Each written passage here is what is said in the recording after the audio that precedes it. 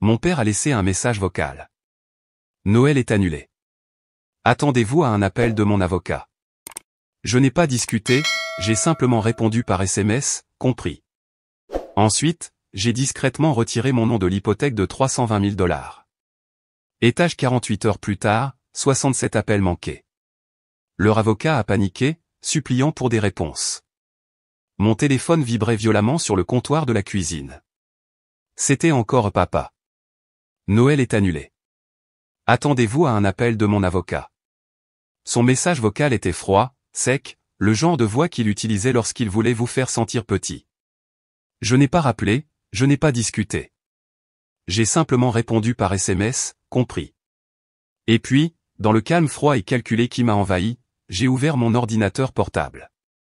30 minutes plus tard, mon nom avait disparu de l'hypothèque de 320 000 $. Leur précieuse maison, plus mon problème. 48 heures plus tard, mon téléphone est devenu fou. 67 appels manqués. Papa, maman, Emma, même un message vocal paniqué de leur avocat, celui qui les avait probablement conseillés sur la façon de me forcer la main. Maintenant, ils suppliaient pour des réponses. Jacques, nous devons parler. C'est un malentendu. S'il te plaît, appelle tes parents, ils sont très contrariés. J'ai presque ri. Contrarié? J'ai parcouru les notifications sans fin, SMS, messages vocaux, même les messages frénétiques d'Emma. Jacques, qu'est-ce que tu as fait? Papa est en train de perdre la tête. Tu ne peux pas simplement couper les ponts avec la famille. Mais ils avaient fait pire pendant des années. Et tout a commencé par un dîner auquel je n'aurais pas dû aller. Il y a 3 semaines. Jacques, je te l'ai déjà dit, nous ne pouvons pas nous permettre de t'emmener en voyage cette année, a dit maman, levant à peine les yeux de son téléphone. C'est juste, c'est une petite cabane, et nous avons à peine la place. Une cabane? J'ai froncé les sourcils, la regardant défiler avec une main et remuer son infusion hors de prix avec l'autre. Je croyais que vous aviez des difficultés à payer les factures. Papa a ricané. Ne commence pas, Jacques. Je n'ai pas demandé de conseiller financier. Si tu es si inquiet, peut-être que tu pourrais nous envoyer un peu plus ce mois-ci. Je paie déjà votre hypothèque, les charges et les mensualités de la voiture d'Emma. Emma s'est affalée sur le canapé comme une reine. Elle n'a même pas bronché. Oh mon Dieu, arrête de faire comme si tu étais un héros. J'ai toujours aidé, mais j'ai l'impression que ce n'est jamais assez. Quoi? J'ai senti quelque chose se tordre dans ma poitrine. Emma, je t'ai aidé à rembourser tes dettes de carte de crédit le mois dernier parce que tu as supplié. Je n'ai pas supplié, j'ai demandé. Et tu es mon frère. La famille est de la famille. Papa a souri. Écoute ta sœur. Arrête d'être si dramatique. J'ai pris une respiration, mais les mots continuaient à venir. Dramatique? Vous partez en vacances sans même me le dire. Mais c'est moi qui suis dramatique. C'est juste un voyage, Jacques, a murmuré maman, sa voix empreinte de cette pitié que je détestais. Ce n'est pas grave. Pas grave? J'ai ri, un rire amer et aigu. Compris. Bien sûr. Amusez-vous bien. Je me suis retourné pour partir, et la voix de papa m'a poursuivi dans le couloir. Ne sois pas comme ça, Jacques. Peut-être que si tu ne gaspillais pas ton argent pour ce minuscule appartement, tu pourrais réellement faire quelque chose pour cette famille. Je me suis figé, l'air épais autour de moi. Mes poings se sont serrés. D'accord, ai-je murmuré. Compris. Une semaine plus tard, je parcourais Facebook sans réfléchir lorsqu'une photo est apparue. Papa, maman et Emma, tous souriant devant une cabane luxueuse. Voyage en famille à Aspen. Notre famille enfin réunie. Notre famille. Aucune mention de moi. Aucune invitation. Juste eux, et le petit ami d'Emma, Zach. Mon téléphone a encore vibré. Papa.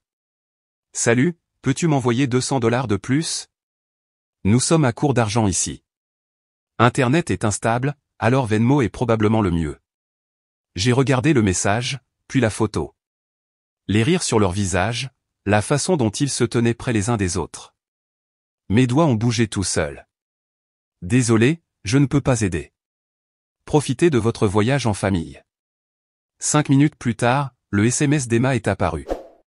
Waouh, Jacques. Sérieusement, quel est ton problème? Mon problème? Mon problème était que j'étais un portefeuille avec un visage. Un plan de secours auquel ils n'avaient jamais pensé jusqu'à ce que quelque chose casse, jusqu'à ce qu'ils aient besoin d'argent. Et ils pensaient que je ne riposterais jamais. Ils avaient tort. Je n'ai pas eu de nouvelles d'eux pendant une semaine. Une semaine entière et heureuse de silence. Puis, un mardi soir froid, alors que je préparais un dîner tardif, mon téléphone a vibré. C'était une notification, un tag et une publication Facebook. La famille est tout, même quand elle vous blesse. C'était la photo de profil d'Emma, elle et maman, tout sourire, avec papa en arrière-plan. Les commentaires étaient un désordre de sympathie et d'émojis cœur. Reste forte, ma chérie. La famille trouve toujours son chemin du retour. Celui qui t'a blessé ne te mérite pas. J'ai tapé sur la section des commentaires et c'était là, la réponse de papa. Certaines personnes oublient qui les a accueillis, qui les a élevés, mais Dieu voit tout. J'ai voulu casser mon téléphone, mais je ne l'ai pas fait. Je n'allais pas leur donner cette satisfaction. Au lieu de cela, j'ai ouvert mes messages. Le dernier SMS d'Emma me fixait. Waouh, Jacques. Sérieusement, quel est ton problème? Je n'ai pas répondu. J'ai simplement défilé vers le haut, au-delà de ses supplications pour de l'argent afin de payer sa carte de crédit, au-delà de sa demande de transport à 2 heures du matin, au-delà de l'envoi accidentel de sa liste de souhaits Amazon, celle que j'avais vidée pour son anniversaire. Puis je l'ai vu. Les captures d'écran. Emma, il y a seulement 3 mois. Jacques, s'il te plaît, je suis complètement coincé. Si je ne fais pas ce paiement, ils annuleront ma carte. Je te rembourserai, je le jure. Tu sais que je suis solvable. Je t'aime, Jacques. Tu es le seul qui m'aide toujours. Mensonge. Je les ai sauvés. Cette nuit-là, j'ai fouillé dans les fichiers dont je n'aurais jamais pensé avoir besoin. SMS, virement bancaire, une liste complète de chaque fois que j'avais payé leur hypothèque, mon nom sur le compte, mon argent s'écoulant mois après mois. J'ai trouvé la photo du SUV que j'avais aidé papa à acheter pour sa retraite, celui qu'il avait dit à tout le monde qu'il avait acheté lui-même, une récompense pour ses années de dur labeur. À minuit, j'avais un dossier, capture d'écran, document, même l'audio de papa qui me criait dessus à Thanksgiving dernier. Si tu ne veux pas aider cette famille, alors ne reviens jamais. Mais ne viens pas pleurer quand tu as besoin de quelque chose. Je l'ai écouté 2 fois. Ça brûlait encore. Le lendemain matin, j'ai fait quelque chose que je n'aurais jamais pensé avoir le courage de faire. J'ai appelé la société hypothécaire. Oui, je dois me retirer en tant que cosignataire. Non, je ne suis pas intéressé par leur situation. J'ai besoin que cela soit traité immédiatement. La femme à l'autre bout du fil a hésité. Monsieur, cela déclenchera une réévaluation de leur hypothèque. Êtes-vous sûr? J'ai souri. Absolument. 2 jours plus tard, les appels ont commencé. Jacques. Jacques, qu'est-ce que tu as fait? La voix de papa était un mélange de rage et de désespoir. La banque vient d'appeler. Ils disent que nous devons nous requalifier. Nous ne pouvons pas nous le permettre. Pas mon problème, ai-je dit en sirotant mon café. Pas ton. Jacques, es-tu fou? Nous t'avons élevé. Nous avons pris soin de toi. Vous m'avez élevé. J'ai ri. J'avais l'impression d'être juste là quand vous aviez besoin de quelque chose. Il y a une différence. Comment peux-tu faire ça à ta propre famille? La voix de maman s'est interrompue, aiguë et paniquée. Famille? J'ai ricané. Vous voulez dire la famille qui est partie en vacances de luxe sans moi? Ou la famille qui s'est moquée de moi quand je ne pouvais pas me permettre de les rejoindre? Silence. Juste leur respiration. Lourde, mal à l'aise. Jacques, arrange ça, a grogné papa. Sois un homme pour une fois dans ta vie. Vous voulez dire comme vous êtes un homme? Me supplier pour de l'argent tout en me traitant d'inutile dans mon dos? Ça suffit, a-t-il rugi. Tu te crois si intelligent, n'est-ce pas? Eh bien, très bien. Noël est annulé. Attends-toi à un appel de mon avocat. J'ai presque souri. Compris. Le lendemain matin, j'ai reçu un SMS d'Emma. Jacques, s'il te plaît. Pouvons-nous parler? Je suis désolé. Nous avons besoin de toi. Je n'ai pas répondu. 5 heures plus tard, un autre SMS. Jacques, je suis sérieuse. Ils sont en train de perdre la tête. Maman pleure, papa panique. Toujours rien. Le soir, mon téléphone était un désordre clignotant. 23 appels manqués. Puis un nouveau numéro, un message vocal. Jacques, c'est Monsieur Denham. Je suis l'avocat de tes parents. Je pense qu'il y a peut-être eu quelques malentendus ici. J'aimerais aider à résoudre ce problème à l'amiable. Veuillez me rappeler. Je n'ai pas appelé. Je me suis couché l'esprit clair pour la première fois depuis des années. Le lendemain, j'ai décidé de sortir. Me vider la tête. Un petit café tranquille, mon endroit préféré, loin de tout. Mais à mi-chemin de mon café, je l'ai vu. Le statut Facebook de maman. Parfois, même ceux que vous aimez se retournent contre vous. Nous lui avons tout donné, mais certaines personnes ne savent que blesser. Et les commentaires, des dizaines.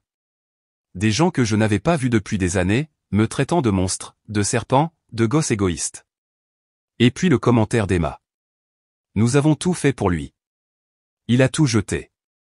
Mon sang s'est glacé. Tout pour moi? Comme la fois où ils ont annulé mon dîner d'anniversaire parce qu'Emma était trop fatiguée. Ou la fois où papa a emprunté 5000 $ pour des réparations urgentes à la maison et les a dépensés pour un week-end à Vegas. Ou les années que j'ai passées à payer leurs factures pendant qu'ils publiaient des photos de famille sans moi.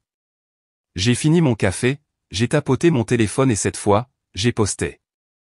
Parfois, famille n'est qu'un autre mot pour désigner les personnes qui vous utilisent. Mais j'en ai fini d'être utilisé. Le premier commentaire était d'Emma. Waouh, tu fais vraiment ça publiquement? Pathétique. Puis maman. Je ne sais même plus qui tu es. Je n'ai pas répondu. J'ai juste joint le dossier de capture d'écran, de paiement, de messages, de leurs fausses promesses, et j'ai cliqué sur publier. 3 minutes plus tard, les commentaires ont tourné.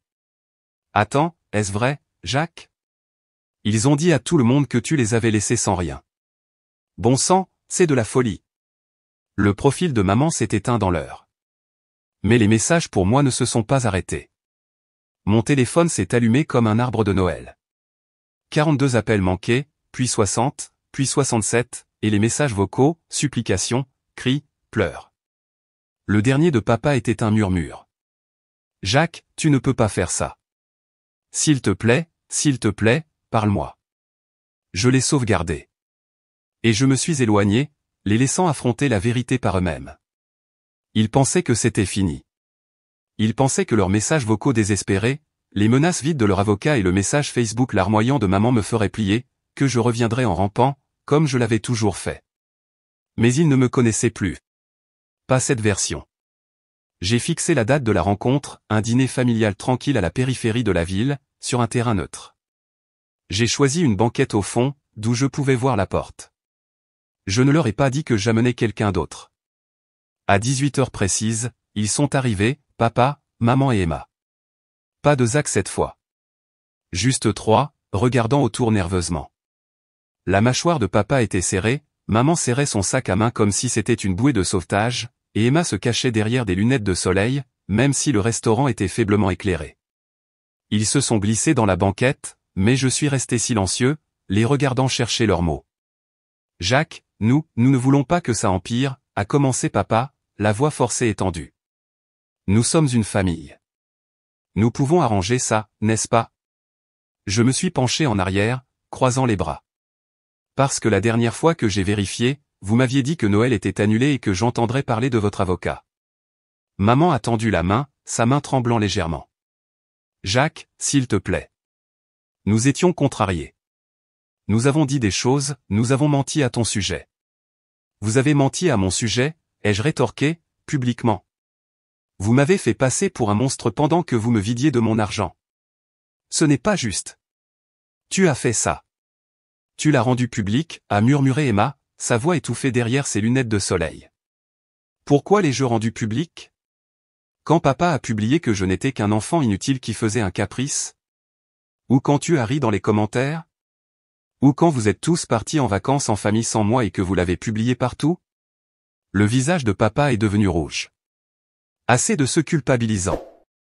Nous sommes venus ici pour arranger ça. Mais si tu veux continuer à agir de manière si égoïste, tu as raison, les jeux interrompus, froid et sec. Assez. J'en ai fini de faire semblant. J'ai sorti mon téléphone, j'ai tapé sur l'écran et j'ai appuyé sur lecture. Leurs voix ont rempli le restaurant. L'enregistrement que j'avais sauvegardé. La voix de papa dégoulinant de mépris. Si tu ne veux pas aider cette famille, alors ne reviens jamais. Mais ne viens pas pleurer quand tu as besoin de quelque chose. Puis un autre enregistrement, les notifications par SMS d'Emma. Jacques, s'il te plaît. Je suis tellement dans la merde. Si je ne fais pas ce paiement, ils annuleront ma carte. Je t'aime Jacques. Tu es le seul qui m'aide toujours. Le visage de maman est devenu pâle. La mâchoire d'Emma s'est serrée. Vous avez menti à mon sujet, vous m'avez utilisé, et maintenant vous êtes ici parce que vous avez peur, ai-je dit, ma voix comme de l'acier. Pas parce que vous m'aimez, pas parce que vous vous souciez de moi, mais parce que vous avez besoin de moi. Nous n'avons pas à commencer maman, mais je l'ai coupé. Je n'ai pas fini. J'ai fouillé dans mon sac et j'ai sorti un épais dossier soigneusement relié. Je l'ai glissé sur la table, documents hypothécaires. Preuve de chaque paiement que j'ai effectué. Chacun d'entre eux, sous mon nom. La maison n'est pas la vôtre. Elle n'a jamais été la vôtre. Papa a saisi le dossier, le feuilletant, les mains tremblantes. Ceci est une erreur. Pas une erreur. J'ai retiré mon nom. Il requalifie votre hypothèque. Si vous ne pouvez pas vous le permettre, la maison est perdue. Jacques. La voix de maman était maintenant un cri. Comment as-tu pu faire ça? Nous t'avons élevé. Non, vous m'avez élevé pour être un paillasson, pour être votre distributeur automatique personnel. Je me suis penché plus près. Mais c'est fini. Emma a arraché ses lunettes de soleil, des larmes coulant déjà sur son visage. Tu es cruel. Tu fais ça à ta propre famille. Famille? Vous voulez dire la famille qui a publié des messages sur moi comme si j'étais une ordure? La famille qui a menti à tout le monde? La famille qui n'appelle que quand elle a besoin d'argent? Arrête. Arrête. Papa a frappé du poing sur la table, les yeux fous. Je te jure, Jacques, si tu n'arranges pas ça vaut quoi? J'ai souri. Vous allez me poursuivre en justice? Allez-y. Votre avocat a déjà essayé. Vous voulez parler de problèmes juridiques? Parlons des 5 000 $ que vous m'avez empruntés pour des réparations à la maison que vous avez dépensées à Vegas. C'était différent, a bégayé papa. Ou que diriez-vous des 3 000 $ qu'Emma a pris pour son urgence médicale qui était en fait une virée shopping? Ou la fois où j'ai couvert le paiement du SUV dont tu t'es vanté d'avoir acheté toi-même? Le visage d'Emma s'est effondré. Tu n'étais pas censé savoir. Je n'étais pas censé savoir beaucoup de choses. Comme la façon dont tu as dit aux gens que je refusais de vous aider. Ou comment tu as dit à Zach que j'étais instable et que tu as essayé de le monter contre moi. Jacques, s'il te plaît, a murmuré maman, la voix brisée. Nous pouvons arranger ça. Nous sommes une famille. Mais j'ai juste souri. Non, maman. Nous ne le sommes pas, j'ai hoché la tête vers la porte. Et c'est à ce moment-là qu'ils l'ont vu. Mon grand-père, le père de papa, entrant, grand, aux cheveux argentés, ses yeux perçants balayant la pièce avant de se poser sur nous. Il s'est approché, sa canne tapotant doucement sur le sol carrelé, et s'est arrêté à notre table. Eh bien, la voix de grand-père était calme, presque amusée. Il vous a fallu du temps pour vous détruire. Le visage de papa est devenu pâle. Papa. Je ne savais pas que tu venais. Tu ne le sais jamais. C'est ton problème. Grand-père m'a regardé. Jacques m'a tout raconté. L'argent, les mensonges, la manipulation. Tu as toujours pensé que tu étais le plus intelligent de la pièce, n'est-ce pas? La bouche de papa s'est ouverte et fermée, mais aucun mot n'est sorti. Chose amusante, fils, a poursuivi grand-père, sa voix comme de la glace. J'ai réécrit la fiducie familiale la semaine dernière. Jacques est désormais le seul bénéficiaire. Toi, Emma, ta mère, vous êtes exclus. Emma a haleté. Grand-père, s'il te plaît. Non. Il l'a coupé, sa voix tonitruante. J'ai passé des années à regarder ton père mentir et comploter. J'espérais qu'il s'en sortirait, mais maintenant je vois qu'il te l'a transmis. Il s'est tourné vers moi, et son expression s'est adoucie. J'aurais dû intervenir plus tôt, Jacques, mais je suis là maintenant. J'ai hoché la tête, luttant contre la boule dans ma gorge. Merci, grand-père. Alors que nous nous levions pour partir, la voix de papa s'est brisée, désespérée et rauque. Jacques, tu ne peux pas faire ça. Nous sommes une famille. J'ai regardé par-dessus mon épaule. Vous vous êtes assuré que je ne fasse plus partie de cette famille il y a longtemps. Et puis je suis sorti. Mais je n'avais pas fini. Je pensais qu'il se tairait. Je pensais qu'il finirait par reculer. Je les ai sous-estimés. Le lendemain matin, je me suis réveillé au son de mon téléphone qui vibrait sans arrêt. Ce n'était pas seulement des appels. Il y avait aussi des SMS. Papa, maman, Emma, tous essayaient de me joindre. J'ai ignoré chacun d'entre eux. Puis la sonnette a retenti. J'ai jeté un coup d'œil par le Judas. C'était grand-père. J'ai ouvert la porte et il est entré sans un mot, s'est assis à ma table de cuisine et m'a fait signe de m'asseoir. Ils sont en ruine, a-t-il dit, presque amusé. Ton père m'a appelé 3 fois ce matin. Il a dit que tu essaies de ruiner la famille. J'ai ricané. C'est drôle comme il voit les choses de cette façon. Grand-père m'a regardé, ses yeux plus perçants que d'habitude. Je n'aurais jamais pensé dire ça, mais je suis fier de toi. Tu leur as tenu tête. Il était temps. Cela m'a pris au dépourvu. Je m'attendais à un autre culpabilisant, à une autre leçon sur la loyauté familiale. Je ne l'ai pas fait par vengeance, ai-je dit. Je ne pouvais tout simplement pas les laisser continuer à m'utiliser.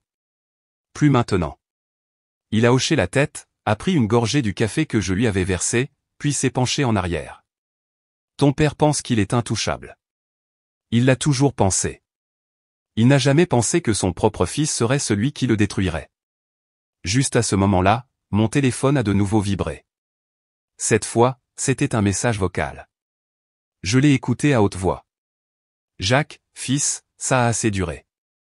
Nous sommes ta famille. Tu ne peux pas simplement partir.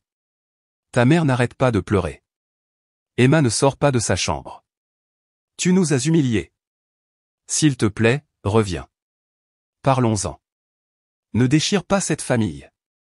J'ai jeté un coup d'œil à grand-père, qui a simplement secoué la tête. Il est plus contrarié par la perte de contrôle que par quoi que ce soit d'autre. Ils ont toujours pris ta gentillesse pour de la faiblesse. Je savais qu'il avait raison. Pour la première fois, je l'ai vu clairement. Toute ma vie, j'avais été celui qui faisait la paix, qui comblait le fossé, qui maintenait la famille en état de marche. Je pensais que c'était mon devoir, mais tout ce que je faisais, c'était les encourager. Ce n'était pas facile. Couper les liens, c'était comme arracher une partie de moi-même, mais j'ai enfin compris. Parfois, prendre soin de soi n'est pas égoïste. C'est nécessaire. Je ne reviens pas, ai-je dit doucement. J'en ai fini d'être leur filet de sécurité. Grand-père a souri. Bien. Maintenant, commence à vivre pour toi-même. 2 semaines se sont écoulées. Je me suis installé dans ma nouvelle routine, des matins tranquilles, du café à la fenêtre, pas d'appel soudain exigeant de l'argent ou des faveurs. J'ai commencé à me concentrer sur ma propre vie pour la première fois depuis des années. Puis, un soir, j'ai reçu un appel d'un numéro inconnu. Contre mon gré, j'ai décroché. Jacques, c'est Emma. Sa voix était tremblante, presque effrayée. Que veux-tu? Je voulais parler. S'il te plaît. Je suis au café près de chez toi. Juste 5 minutes, c'est tout. J'ai hésité, mais j'ai accepté. Quelque chose dans sa voix m'a rendu curieux.